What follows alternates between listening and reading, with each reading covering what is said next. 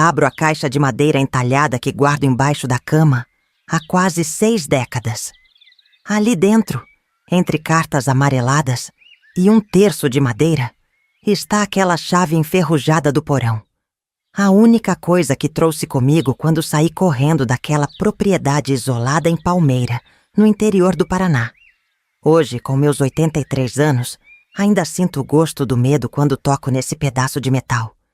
Você já se perguntou como seria carregar um segredo por toda a vida? Um segredo tão pesado que suas costas curvam com o passar dos anos, não apenas pela idade, mas pelo peso das memórias? Fecho os olhos e ainda posso sentir o cheiro daquele porão úmido, ouvir os passos pesados descendo a escada, ver o rosto desfigurado pelo ódio de quem deveria me proteger. As pessoas olham para mim agora e veem apenas uma senhora idosa de cabelos brancos, sentada na varanda de uma casa confortável, cercada por fotografias de netos e bisnetos. Uma professora aposentada que dedicou a vida a ensinar crianças a ler. Ninguém imagina os horrores que testemunhei antes dos 13 anos, nem o milagre que me salvou. Às vezes, quando o vento bate nas janelas com mais força, ou quando a chuva cai pesada sobre o telhado, volto a ser aquela menina encolhida no canto mais escuro do porão, tapando os ouvidos para não ouvir os gritos da minha mãe lá em cima. Nesses momentos, aperto esta chave entre os dedos até que as bordas metálicas marquem minha pele, como para me lembrar que aquela porta se fechou para sempre. Não gosto de falar sobre aqueles anos. Prefiro contar sobre o depois, sobre a vida que construí, as crianças que ajudei, os livros que li. Mas há uma verdade que aprendi. Algumas histórias precisam ser contadas, não importa quão dolorosas sejam. Não para provocar pena, mas para mostrar que é possível sobreviver mesmo ao inferno mais profundo. E então, quando jovens mulheres me perguntam de onde tirei tanta força, decido finalmente abrir aquela porta que mantive trancada por tanto tempo. Hoje vou contar o que nunca contei por completo. Sobre o monstro que chamei de pai, sobre o porão que foi nossa prisão e sobre o homem misterioso que mudou nosso destino. Mais importante, sobre o que descobrimos quando chegamos à sua mansão.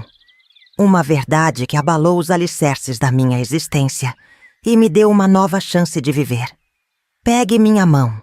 Vamos voltar a 1967. Os tempos eram outros. O Brasil vivia sob um regime militar. E no interior do Paraná, longe dos olhos do mundo, uma menina e sua mãe viviam um pesadelo particular. Esta é minha história. Esta é nossa história. E começa com uma chave enferrujada que não abre mais nenhuma porta, mas destranca memórias que o tempo não conseguiu apagar. Nasci numa fazenda de erva mate, onde o apito dos trens ao longe era o único som que me lembrava que existia um mundo além das nossas terras. Meu pai, homem conhecido na região pelo mau temperamento, trabalhava para os grandes produtores, mas em casa transformava-se. Os moradores locais o chamavam de Seu Guerino. Faziam o sinal da cruz quando ele passava de charrete pela estrada de terra, mas ninguém interferia. Naqueles tempos, em 1967, o que acontecia dentro das casas era assunto de família.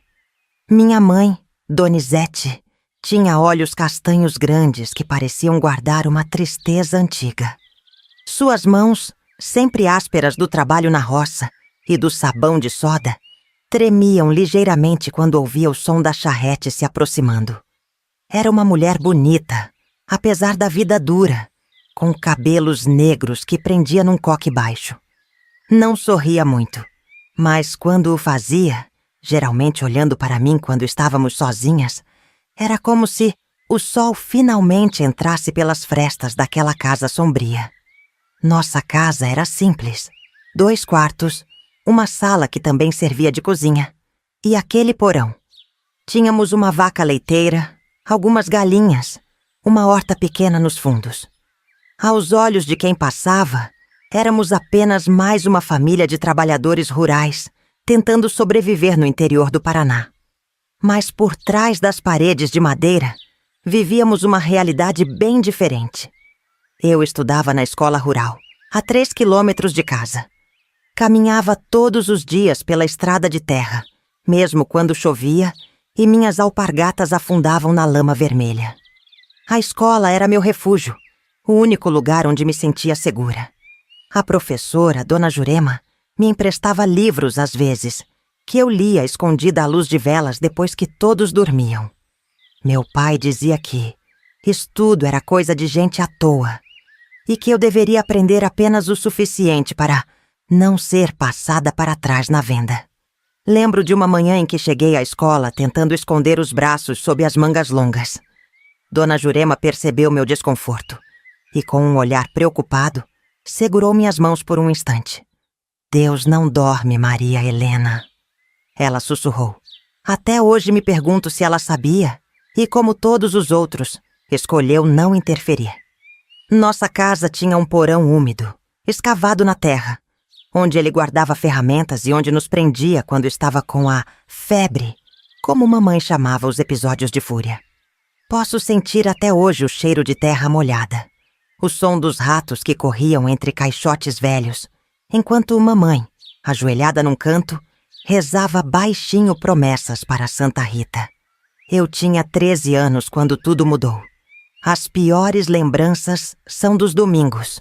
Depois da missa, enquanto outras famílias se reuniam para o almoço ou visitavam parentes, meu pai parava no armazém da vila para beber com os amigos. Voltava cambaleando, com cheiro de cachaça e olhos injetados. Aqueles eram os dias em que mais temíamos. Os dias em que o porão nos esperava. Naquele inverno particularmente rigoroso, um homem diferente chegou à região. Seu Constantino, como todos o chamavam, comprou a fazenda vizinha. Comentavam que ele tinha feito fortuna no exterior. Outros que tinha conexões com o governo em Brasília. Nunca soube a verdade completa. Lembro de vê-lo pela primeira vez na missa de domingo. Terno bem cortado, sapatos polidos e um relógio dourado que brilhava quando a luz entrava pelos vitrais da capela. Ele destoava de tudo e todos naquele lugar. Era alto, de porte elegante, cabelos grisalhos nas têmporas e um bigode bem aparado. Falava pouco, mas quando o fazia, todos paravam para ouvir. Chegou com 3 empregados. Um casal que cuidava da casa, Lourdinha e Sebastião.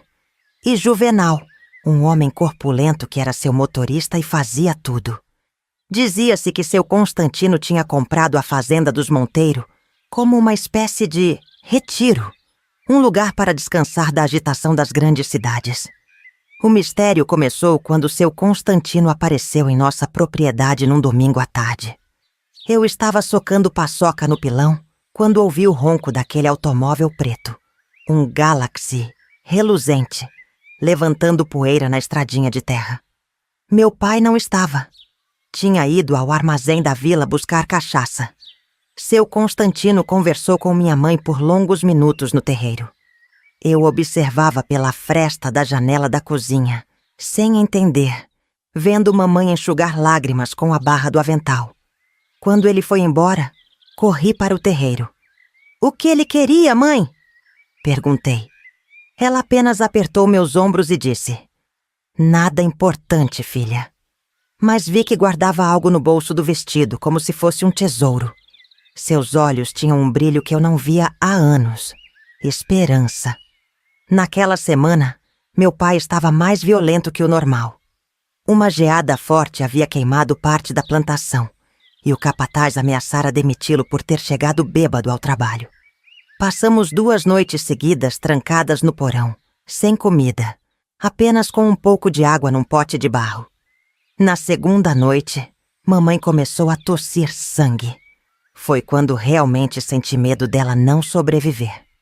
2 semanas depois, após uma noite particularmente terrível no porão, acordei com vozes alteradas. Pela fresta das tábuas do assoalho, vi meu pai discutindo com seu Constantino e outro homem que nunca tinha visto antes, de uniforme.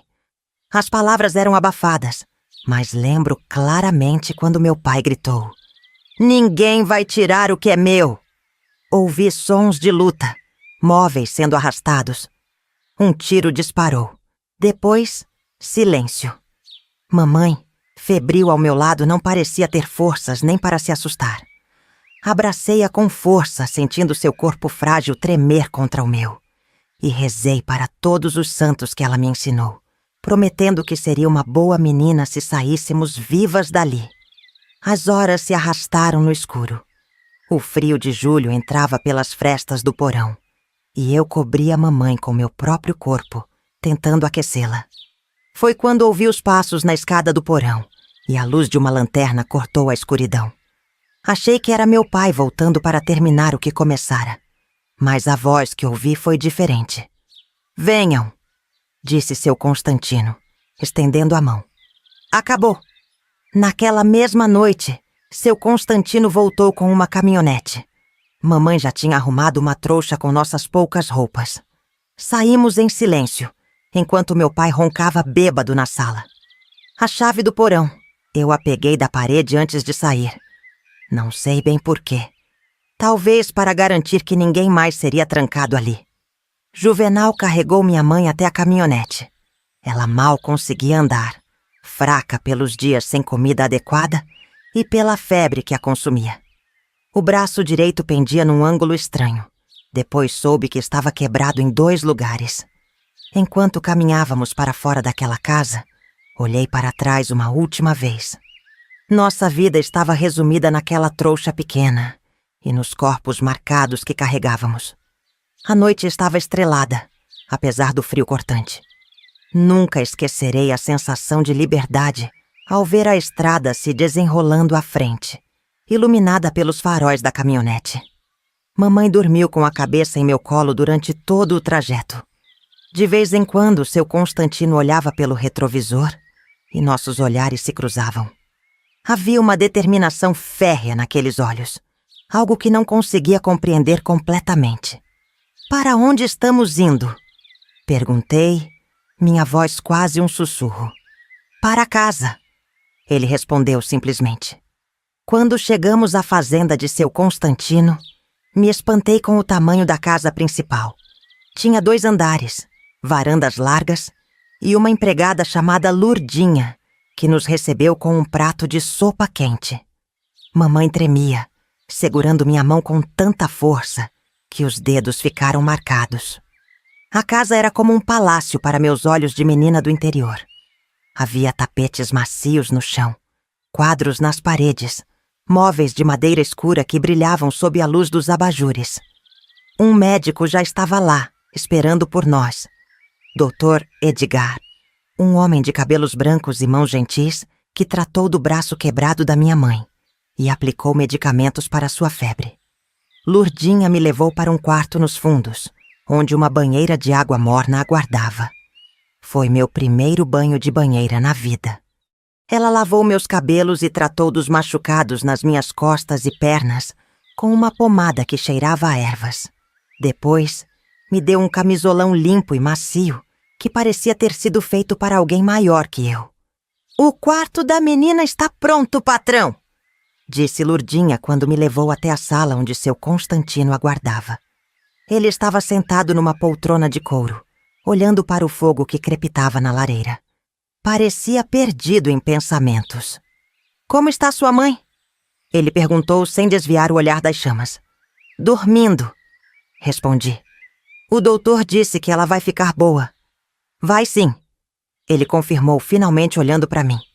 "Vocês duas vão ficar bem agora."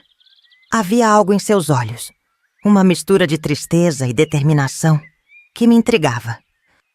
Por que um homem rico e poderoso se importaria com a esposa e a filha de um trabalhador rural? O que éramos para ele? "Por que o Senhor nos ajudou?"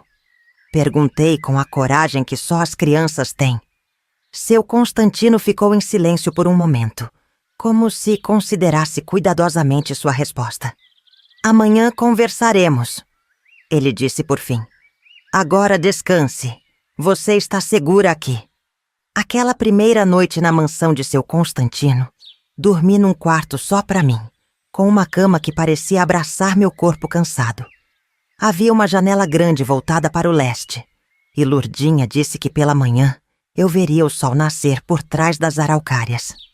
Era um cômodo maior que nossa casa inteira. Mesmo exausta, demorei para dormir.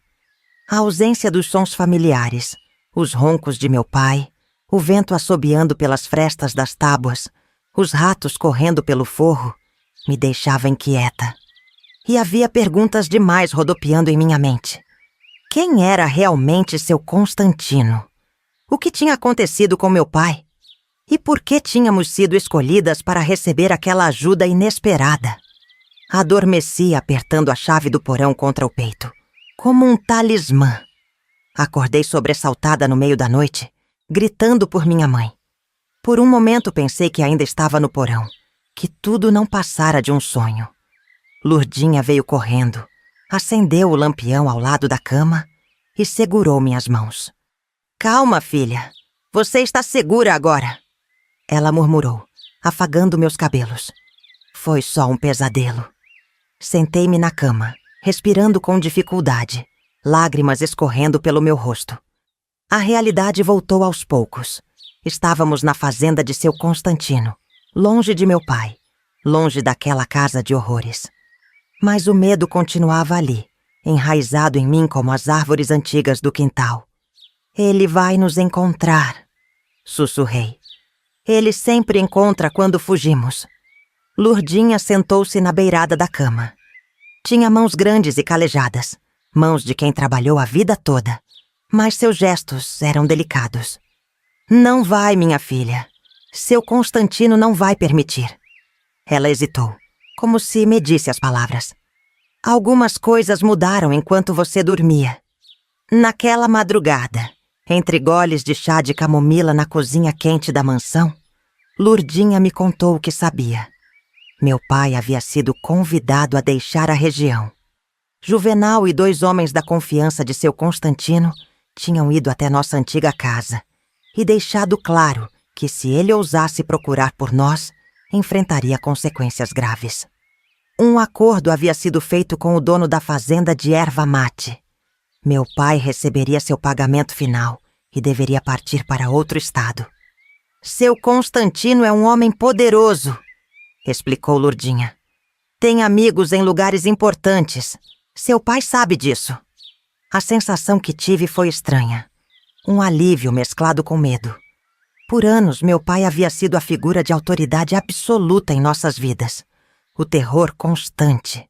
A ameaça sempre presente. Saber que alguém tinha poder sobre ele, que ele poderia ser forçado a recuar, era algo que minha mente de 13 anos mal conseguia processar.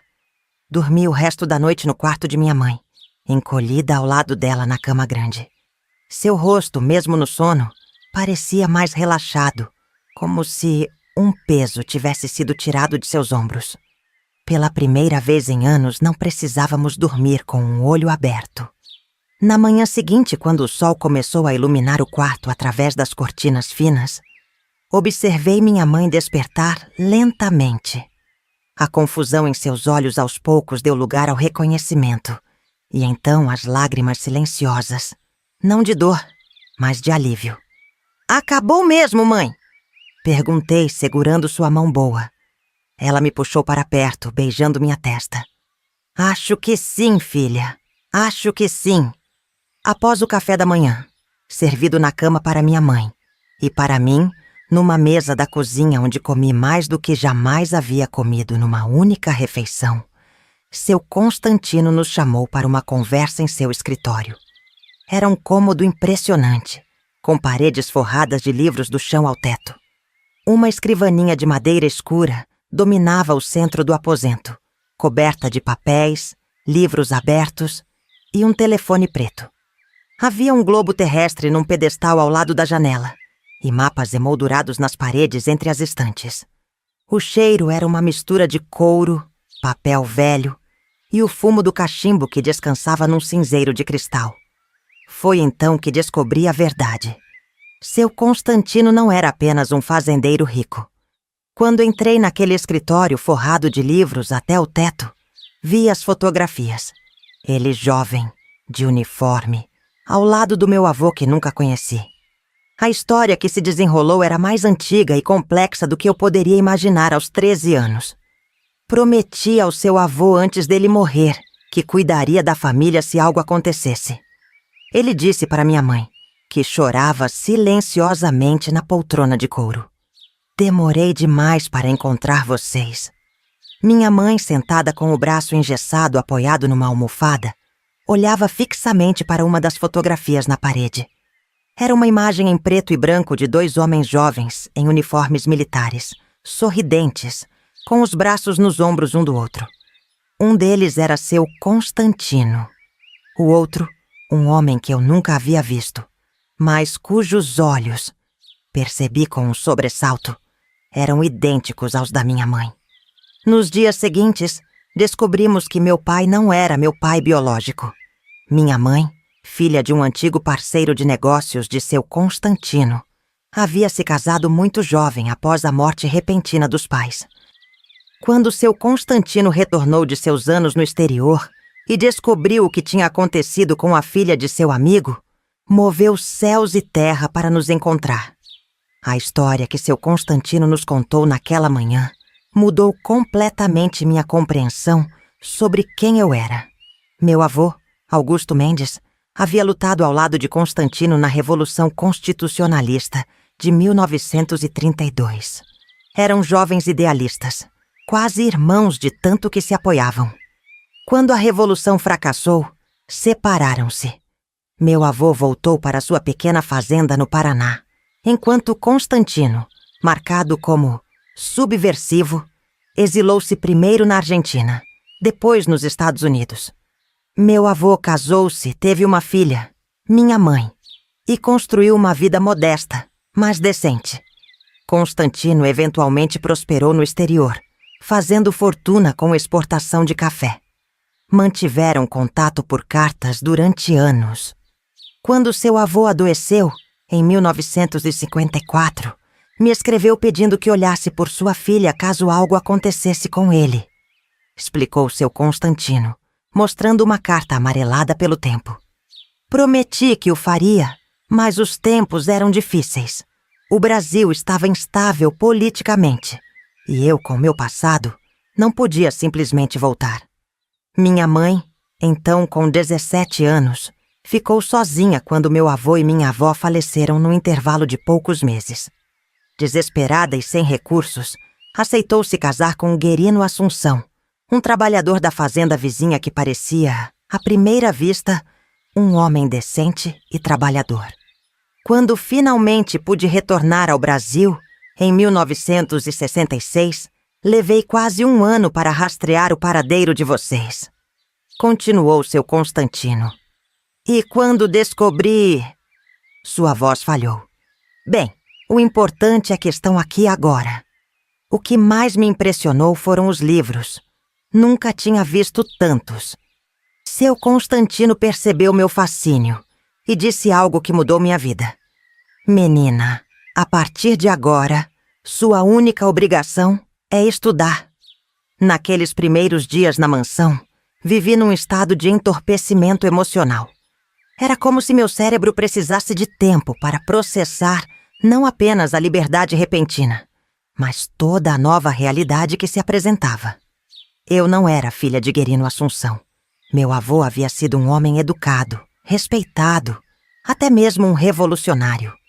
Eu tinha uma história, uma origem que não estava manchada pela violência e pelo alcoolismo.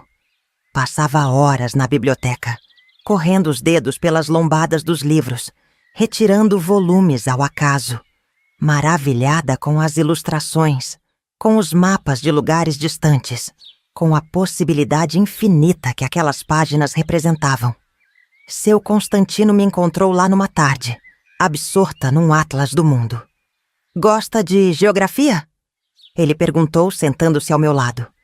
Gosto de saber que o mundo é grande, respondi. Que existem lugares onde ninguém nos conhece.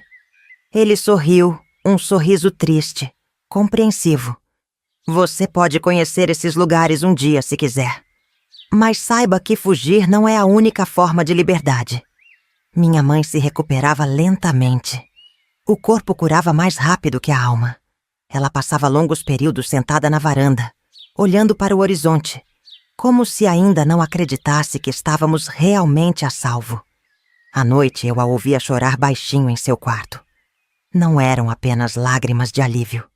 Eram de luto por todos os anos perdidos, por todas as escolhas que não pôde fazer, pelo peso da culpa por não ter conseguido me proteger melhor. Dr. Edgar vinha 3 vezes por semana verificar o braço dela e trazer medicamentos. Numa dessas visitas, o ouvi conversando com seu Constantino no corredor. O corpo vai se curar completamente. Ele disse em voz baixa. Mas a mente... Isso leva tempo. Muito tempo. E algumas feridas nunca fecham totalmente. Eu entendia o que ele queria dizer. Mesmo em segurança, mesmo cercada de conforto e gentileza, eu ainda acordava gritando no meio da noite. Ainda me encolhia instintivamente quando alguém levantava a voz ou fazia um movimento brusco. Ainda olhava para as portas, verificando se estavam destrancadas. A chave do porão continuava comigo, escondida entre minha roupa. Um lembrete constante do que havíamos deixado para trás. Nas semanas que se seguiram, enfrentei um desafio que nunca havia imaginado. Aprender a viver sem medo. Parece simples quando dito assim, mas quando o terror é seu companheiro constante, desde que se tem memória, a liberdade pode ser tão assustadora quanto o cativeiro. A primeira vez que quebrei um copo na cozinha da mansão, me joguei no chão imediatamente, braços protegendo a cabeça, esperando pelos golpes que viriam. Lurdinha me encontrou assim, tremendo, pedindo desculpas repetidamente. Ela apenas se ajoelhou ao meu lado, ignorou os cacos de vidro e me abraçou até que o tremor passasse. Ninguém vai te machucar aqui, minha filha. Ela sussurrou em meu ouvido. Nunca mais. Era difícil acreditar nisso. Meu corpo estava programado para o castigo, meus reflexos condicionados pelo medo. À noite, mesmo sabendo que estava segura, eu empurrava a cômoda contra a porta do quarto. Durante o dia, sobressaltava com qualquer barulho mais alto. Evitava ficar em espaços fechados e entrava em pânico quando as luzes se apagavam. Seu Constantino percebeu meu sofrimento e chamou um médico diferente para me ver. Dr. Alberto era um homem mais jovem que Dr. Edgar. Usava óculos redondos e falava com voz calma. Ele não tratava de ossos quebrados ou febres, mas da mente e do coração, como explicou na nossa primeira sessão. O que você está sentindo é normal, Maria Helena, ele disse, sentado numa cadeira em frente à minha no jardim. Eu recusara a conversar dentro de casa. Seu corpo e sua mente aprenderam a sobreviver num ambiente perigoso. Agora precisam aprender que estão seguros.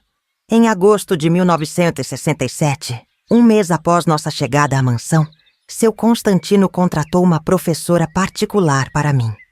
Dona Clara era uma senhora de meia-idade que vinha 3 vezes por semana para avaliar meu nível educacional e me ajudar a recuperar o tempo perdido. Descobrimos que, apesar das faltas frequentes à escola do vilarejo, eu tinha uma facilidade natural para aprender. Lia bem, escrevia com poucos erros e tinha especial aptidão para matemática.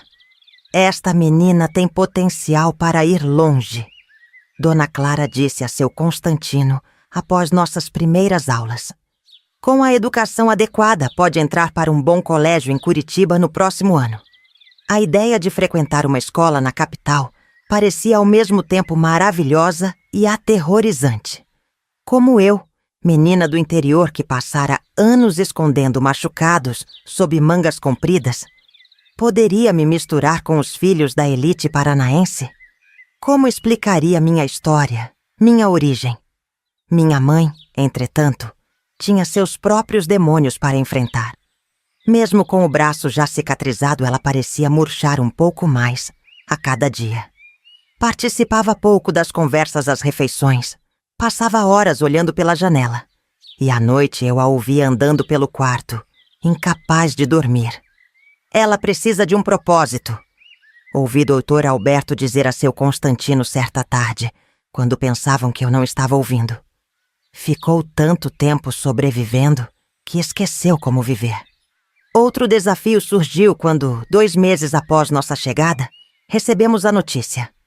Meu pai, ou melhor, o homem que eu acreditava ser meu pai, havia retornado à região. Bêbado, entrou no armazém da vila fazendo ameaças, dizendo que aquele ricaço tinha roubado sua família e que ele recuperaria o que era seu. Juvenal foi enviado para lidar com a situação. Não sei exatamente o que aconteceu, mas naquela noite vi seu Constantino, Juvenal, e o delegado local conversando em voz baixa no escritório. Pela manhã, Lurdinha me disse que eu não precisava mais me preocupar. Guerino havia sido aconselhado a deixar o estado. Para garantir que seguiria o conselho, havia recebido uma quantia em dinheiro e uma passagem só de ida para o Mato Grosso. Senti um alívio imenso, mas também uma estranha pontada de culpa. Apesar de tudo o que ele nos fez, havia momentos, raros, é verdade, em que ele era apenas um homem cansado, que me ensinava a identificar pássaros ou me deixava provar um gole de seu café. Setembro trouxe as primeiras chuvas de primavera e, com elas, uma nova fase em nossa adaptação. Seu Constantino anunciou que eu começaria a frequentar a escola local para terminar o ano letivo antes de, possivelmente, irmos para Curitiba no ano seguinte. A perspectiva de voltar a uma sala de aula, agora como a menina que seu Constantino resgatou, me enchia de ansiedade. No primeiro dia, vesti o uniforme que Lurdinha havia costurado para mim. Uma saia azul marinho e camisa branca, ambas feitas de um tecido mais fino que qualquer roupa que eu já tivesse usado. Seu Constantino insistiu em me levar pessoalmente no Galaxy, o que só aumentou minha apreensão. Todos saberiam que eu não era mais a filha do aterrorizante Guerino, mas a protegida do misterioso milionário da fazenda vizinha. Como esperado, minha chegada causou alvoroço. Os alunos sussurravam entre si, olhando-me como se eu fosse uma criatura de outro planeta. Os professores, por outro lado, mostravam-se excessivamente atenciosos, quase desconfortáveis. A diretora, Dona Matilde, uma mulher rígida que raramente sorria, chegou a oferecer que eu almoçasse em sua sala particular, para me acostumar aos poucos. Recusei. Se ia reconstruir minha vida, precisava enfrentar o mundo real, não me esconder dele. No recreio, sentei-me sozinha sob uma árvore no pátio, observando as outras crianças em suas brincadeiras familiares. Foi quando Elisa, uma menina de tranças longas e sorriso fácil, aproximou-se e sentou-se ao meu lado sem cerimônia. "É verdade que você morou num porão?" Ela perguntou diretamente. Fiquei paralisada. Os rumores já haviam chegado até ali. Senti meu rosto queimar de vergonha e raiva. "Quem te contou isso?" Consegui perguntar. "Meu pai. Ele é o farmacêutico. Disse que seu Constantino salvou você e sua mãe de um homem muito ruim. Ela me ofereceu um pedaço de seu bolo de fubá. Deve ter sido muito assustador." Aceitei o bolo, sem saber como responder. Era a primeira vez que alguém falava abertamente sobre o que acontecera, sem eufemismos ou olhares de soslaio. Havia algo libertador nessa honestidade infantil. "Foi", respondi finalmente. Mas agora acabou. Aquele momento com Elisa foi um pequeno avanço. Mas a verdadeira prova veio nas semanas seguintes, quando as perguntas se multiplicaram e os boatos começaram a distorcer a realidade. Algumas versões diziam que eu e minha mãe éramos parentes distantes de seu Constantino, que vieram reclamar herança.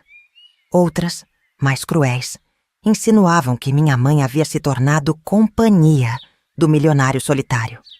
Numa terça-feira chuvosa, Antônio, filho do dono do armazém, fez a provocação que quebrou minha resistência. Meu pai disse que seu pai verdadeiro fugiu porque a polícia estava atrás dele. Ele disse alto o suficiente para todos ouvirem. E que agora sua mãe dorme no quarto do velho rico. Não lembro exatamente o que aconteceu depois. Só sei que quando voltei a mim, Antônio estava no chão com o nariz sangrando e eu era arrastada para a sala da diretora, soluçando de raiva e vergonha. Seu Constantino foi chamado à escola. Entrou na sala da diretora com seu terno impecável e expressão séria. E esperava ver decepção em seus olhos. Mas o que encontrei foi compreensão. No caminho de volta para casa, quebrando o silêncio pesado dentro do carro, ele finalmente falou: "Sabe, Maria Helena, algumas batalhas não se vencem com os punhos." Ele estava mentindo sobre minha mãe. Respondi, ainda tremendo de raiva. "Eu sei." Seu Constantino suspirou profundamente. "As pessoas mentem quando não compreendem. E o que aconteceu com vocês é difícil de compreender para quem nunca conheceu o desespero."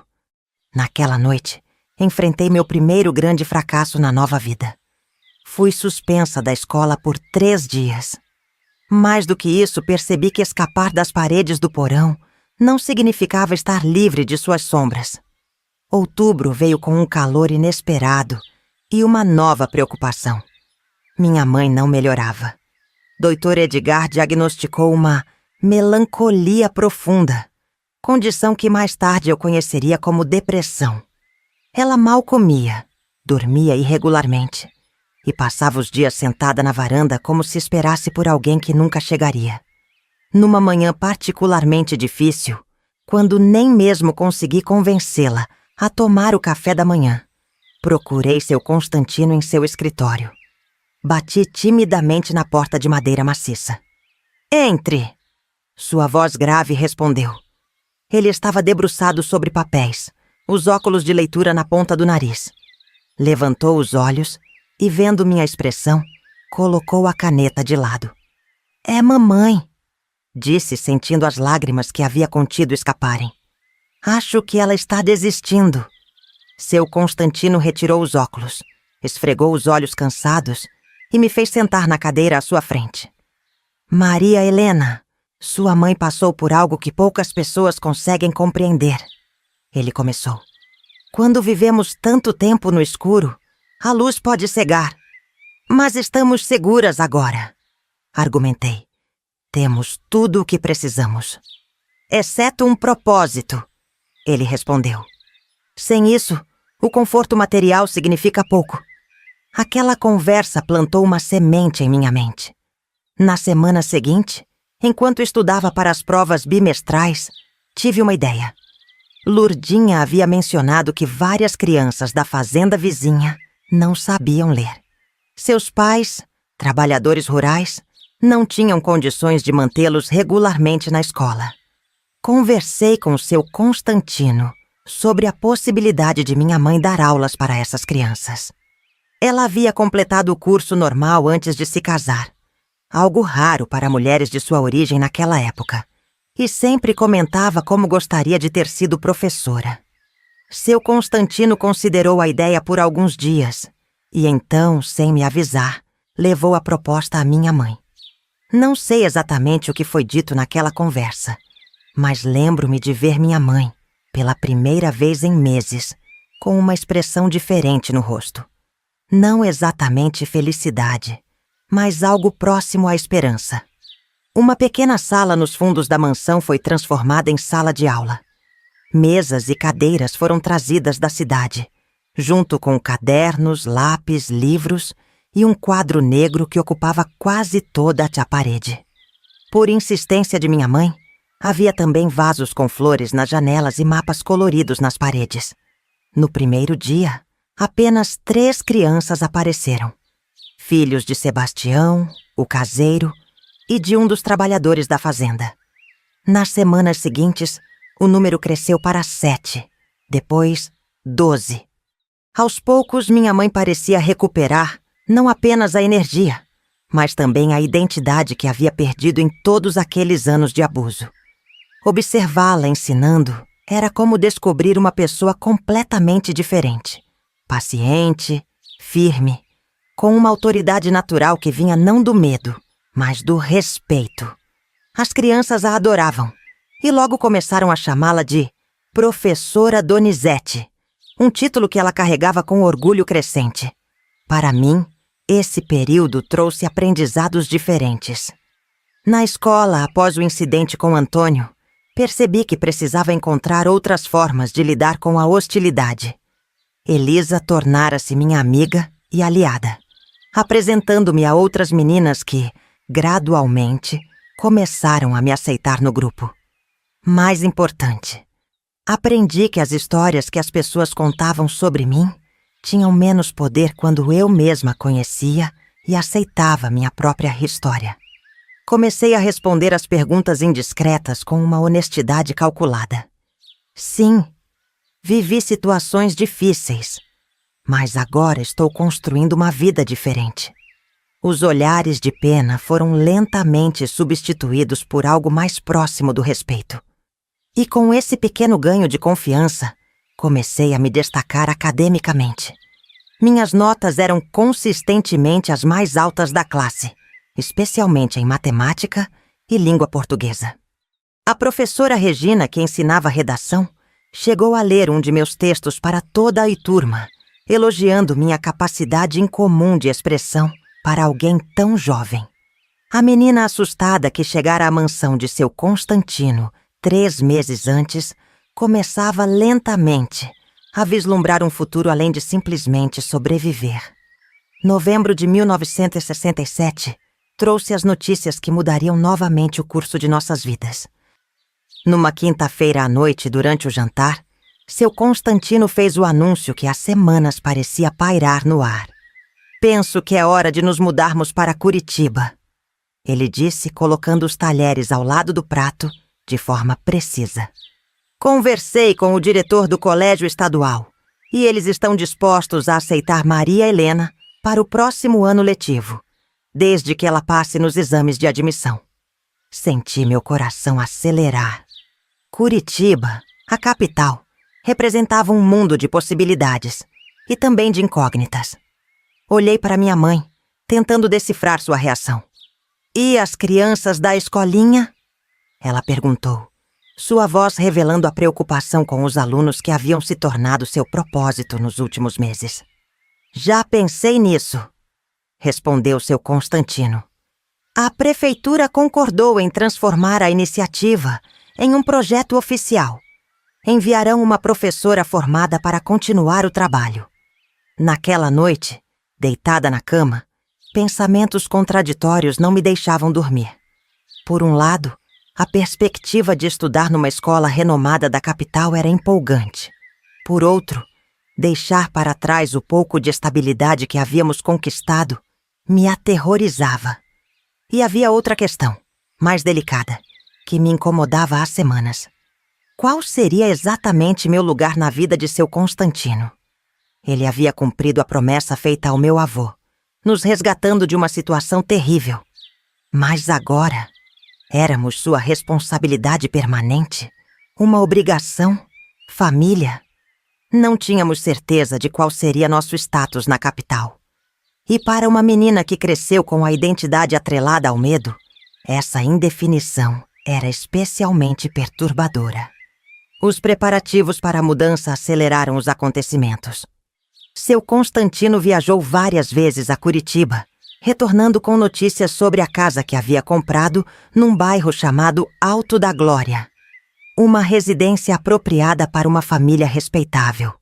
Ele dizia, sem nunca definir claramente quem compunha essa família.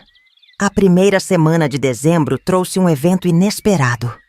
Estava estudando na biblioteca quando Juvenal entrou apressado, procurando por seu Constantino. Suas vozes alteradas no escritório me fizeram aproximar da porta entreaberta. "Tem certeza disso, Juvenal?" A voz de seu Constantino soava tensa. "Absoluta, patrão. Ele foi visto no armazém do seu Jacinto ontem à noite. Estava bêbado, fazendo as mesmas ameaças de sempre." Meu sangue gelou. Só podia ser Guerino. Apesar das garantias, apesar do dinheiro e da passagem para o Mato Grosso, ele havia retornado. E desta vez, suspeitava, não apenas para fazer ameaças. Os dias seguintes foram de tensão silenciosa. Juvenal e 2 homens contratados especialmente para o serviço faziam rondas pela propriedade.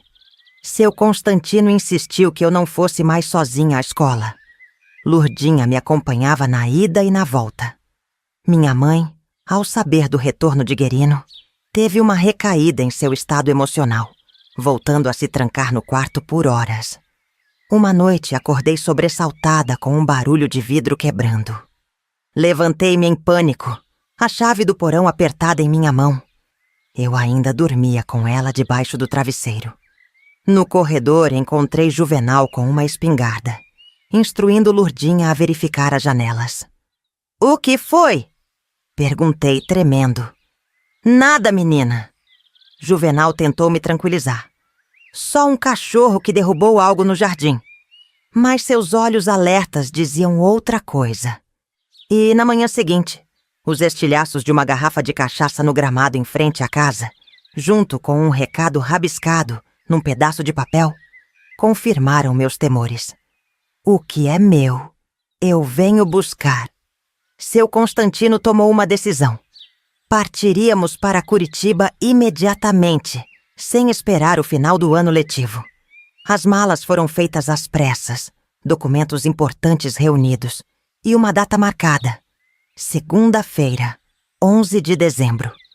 Na véspera da partida, aconteceu o quê? No fundo, todos temíamos. E naquela noite, descobri uma verdade que mudaria para sempre minha compreensão sobre tudo o que havia acontecido em nossas vidas. O domingo que precedeu nossa partida para Curitiba amanheceu com uma chuva fina e persistente, transformando o jardim da mansão em um tapete de lama vermelha. Uma atmosfera de quieta apreensão pairava sobre a casa, enquanto os últimos preparativos eram feitos. Malas enfileiradas no hall de entrada, caixas de livros e objetos pessoais, cuidadosamente etiquetados, retratos embrulhados em papel de seda. Seu Constantino havia saído cedo para resolver pendências na cidade. Juvenal o acompanhara, deixando apenas Sebastião, o caseiro, como proteção adicional. Minha mãe e eu passamos a manhã organizando os materiais da escolinha para a professora, que assumiria as aulas. Havia algo reconfortante nessa atividade mundana. Catalogar lápis, separar cadernos usados dos novos, organizar os livros de histórias por nível de dificuldade. "Vou sentir falta dessas crianças", minha mãe comentou, acariciando a capa desgastada de uma cartilha. "Mas Curitiba será um recomeço para nós duas."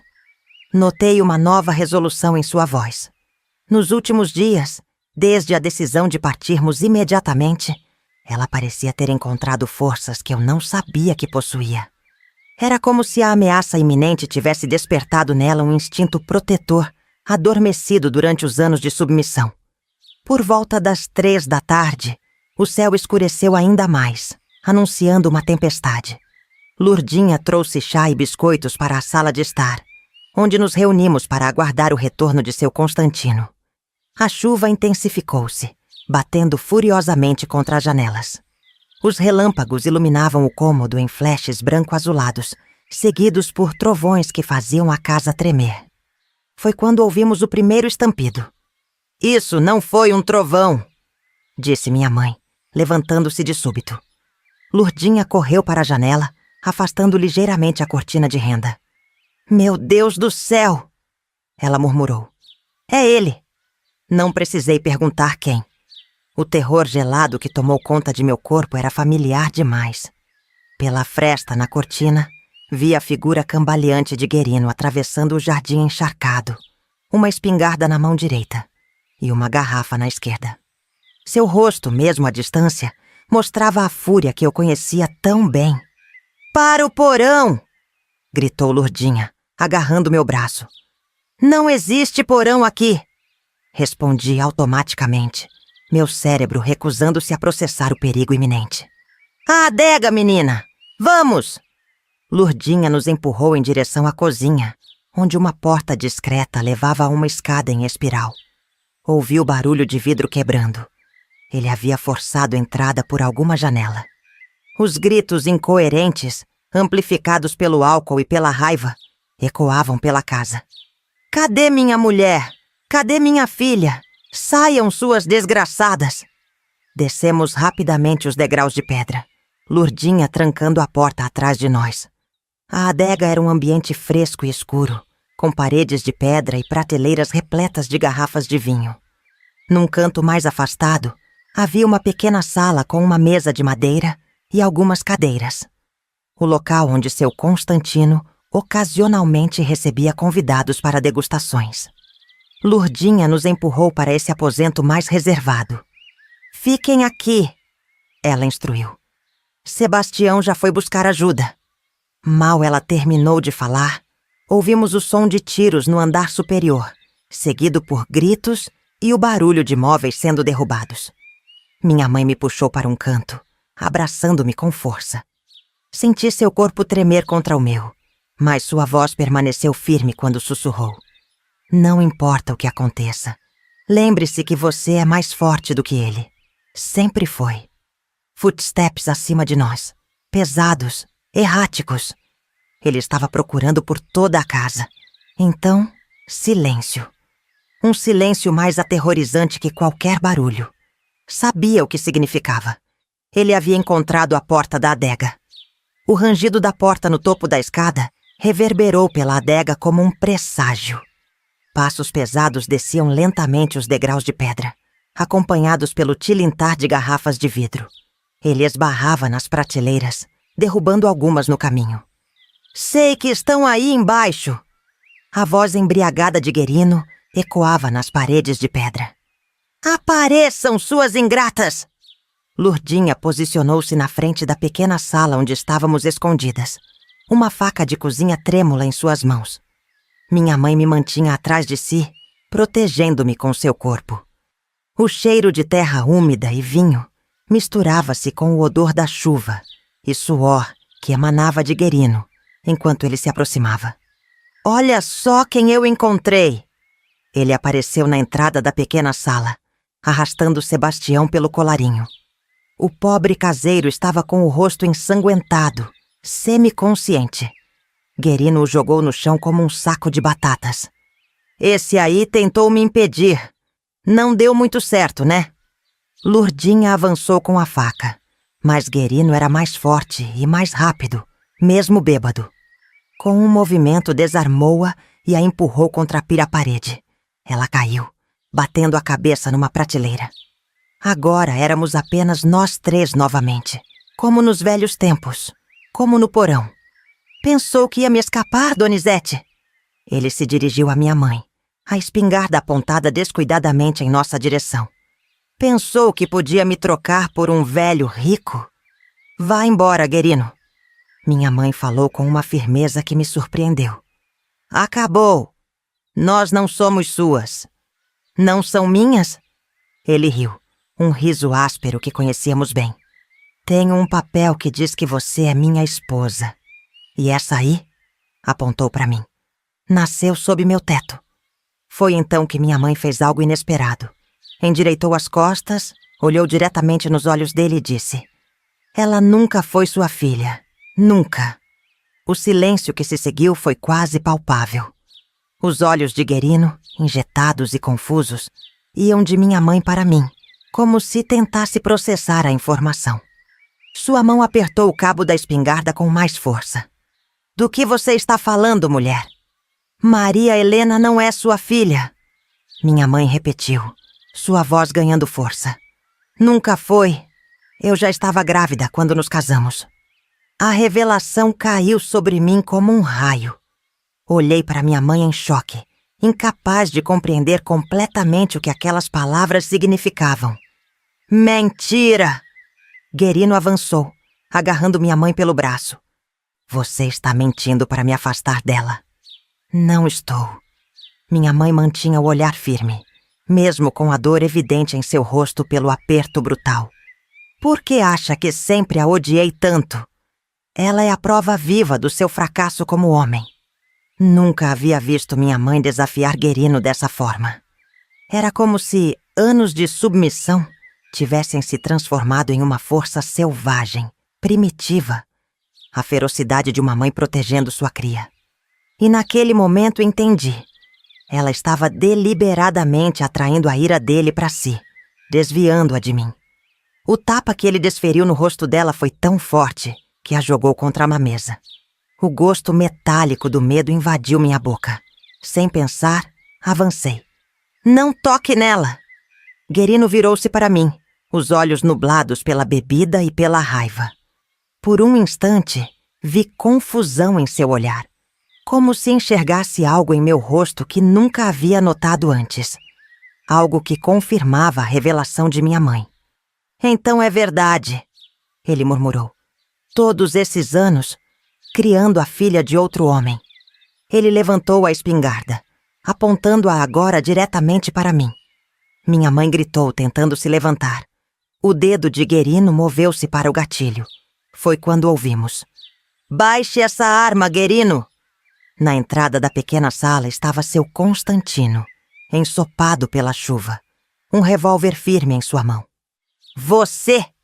Guerino cuspiu a palavra, virando-se parcialmente para seu Constantino, mas mantendo a espingarda em minha direção. O grande homem que veio salvar o dia. Está acabado, Guerino! Seu Constantino falou com uma calma que contrastava com a tensão daquele momento. Juvenal já foi buscar a polícia. Baixe a arma e você pode sair daqui. Uma risada amarga escapou da garganta de Guerino. Acha mesmo que vou acreditar nisso? Já me tiraram tudo. O que me resta a perder? Sua vida, respondeu seu Constantino simplesmente. O ar na pequena adega estava carregado, denso com o cheiro de medo e violência iminente. Através das pequenas janelas que davam para o nível do jardim, víamos os relâmpagos iluminarem o céu escuro, enquanto a chuva continuava a cair impiedosamente. Guerino parecia calcular suas chances, os olhos movendo-se entre seu Constantino armado na entrada e nós duas encurraladas contra a parede. Por um instante achei que ele fosse se render. Então, com um movimento rápido, agarrou minha mãe pelo cabelo, usando-a como escudo humano, a espingarda agora pressionada contra sua têmpora. Vamos fazer um acordo, ele disse, recuando em direção à outra saída da adega. Vocês me deixam ir com a minha mulher, e eu não espalho os rumores que andam correndo na vila. Que rumores? Seu Constantino perguntou sem baixar a arma. Sobre você e Donizete. Guerino sorriu maliciosamente. Sobre como vocês dois já se conheciam antes. Sobre como essa menina aí pode não ser minha filha, mas bem que poderia ser sua. Vi o rosto de seu Constantino empalidecer. Aquela insinuação atingiu-o como um golpe físico. Sua mão tremeu ligeiramente, mas ele manteve o revólver apontado. Isso é mentira, disse com firmeza. Eu nunca tinha visto Donizete antes de encontrá-la em sua casa. Não é o que dizem na vila. Guerino continuou, ainda recuando, arrastando minha mãe consigo. Dizem que você procurou por ela especificamente, que tinha algum interesse particular em encontrá-la. Prometi ao pai dela que cuidaria da família se algo acontecesse. Apenas isso. Então, por que esperar tantos anos? Por que só agora decidiu cumprir essa promessa? Aquela pergunta pairou no ar como fumaça. Era algo que eu mesma havia me questionado silenciosamente, mas nunca tivera coragem de perguntar. Porque eu não sabia. Seu Constantino respondeu finalmente, a voz carregada de uma dor antiga. Não sabia que Augusto tinha morrido. Não sabia que Donizete tinha se casado com você. Quando voltei do exílio e descobri, já era tarde demais. Minha mãe, mesmo sob a mira da espingarda, olhava para seu Constantino com uma expressão que eu nunca havia visto antes, como se um segredo antigo estivesse finalmente sendo revelado. Foi quando Guerino cometeu seu erro fatal. Distraído pela conversa, afrouxou ligeiramente o aperto em minha mãe. Ela, num movimento repentino, cravou o cotovelo em seu estômago e se jogou para o lado. O tiro que se seguiu foi ensurdecedor no espaço confinado da adega. Por um momento terrível, pensei que minha mãe tivesse sido atingida. Mas foi Guerino quem cambaleou para trás, a mancha vermelha se espalhando rapidamente pelo peito de sua camisa. Seu Constantino estava com o revólver ainda apontado, uma fina linha de fumaça saindo do cano. Guerino parou por um instante, como se o tempo tivesse congelado. Seus olhos encontraram os meus, carregados de algo que eu não conseguia decifrar. E então, caiu. No silêncio que se seguiu, apenas o som da chuva contra as pequenas janelas e nossa respiração ofegante. Juvenal e 2 policiais desceram apressadamente as escadas, mas já era tarde demais. Querino Assunção, o homem que havia sido o terror de nossas vidas por tantos anos, estava morto. O funeral de Guerino foi realizado 2 dias depois, numa manhã de céu limpo que parecia, ironicamente, serena, após a tempestade que havia marcado sua morte. Foi um evento simples, com poucos presentes além do padre e 2 homens da funerária. Nem eu, nem minha mãe comparecemos. Estávamos ocupadas demais, tentando processar tudo o que havia acontecido e o que havia sido revelado naquela noite na adega. Seu Constantino foi absolvido de qualquer acusação. Legítima defesa, disseram as autoridades. O fato de ele ter conexões importantes em Curitiba certamente ajudou a encerrar o caso rapidamente. Em menos de uma semana após a morte de Guerino, estávamos a caminho da capital, deixando para trás a mansão, a vila e todas as memórias que aquele lugar continha. Nossa chegada a Curitiba foi como entrar num mundo novo. A casa no Alto da Glória era menor que a mansão da fazenda, mas ainda assim elegante e espaçosa, com um jardim nos fundos onde jabuticabeiras antigas formavam uma pequena floresta urbana. As ruas pavimentadas, os bondes elétricos, as vitrines das lojas, tudo parecia saído de outro universo para uma menina criada na zona rural. Nos primeiros dias, mal saí do meu quarto, tentando organizar em minha mente os fragmentos da nova realidade. Não era apenas a mudança geográfica que me desnorteava, mas as revelações que haviam emergido naquela noite fatídica. Guerino não era meu pai biológico. Esta informação, que deveria talvez ter me trazido alívio, apenas abriu uma porta para mais perguntas. Quem era então meu verdadeiro pai? Por que minha mãe nunca havia mencionado isso antes? E qual era realmente a relação entre ela e seu Constantino? Numa tarde chuvosa de janeiro, encontrei coragem para bater à porta do escritório dele. Como sempre, estava cercado de livros e papéis, o cachimbo abandonado num cinzeiro à sua direita. Maria Helena. Ele sorriu, indicando a cadeira à sua frente. Estava esperando que viesse conversar comigo. Sentei-me, as mãos inquietas no colo, sem saber exatamente por onde começar. Você tem perguntas, ele disse. Não como uma pergunta, mas como uma constatação. Muitas, admiti. E merece respostas. Ele assentiu. O que gostaria de saber primeiro? Respirei fundo. Quem é meu pai? Meu pai verdadeiro? Seu Constantino recostou-se na cadeira, seus olhos fixos nos meus. Sua mãe nunca lhe contou? Não. E desde aquela noite ela evita o assunto. Ele suspirou profundamente. Não me cabe revelar essa parte da história, Maria Helena.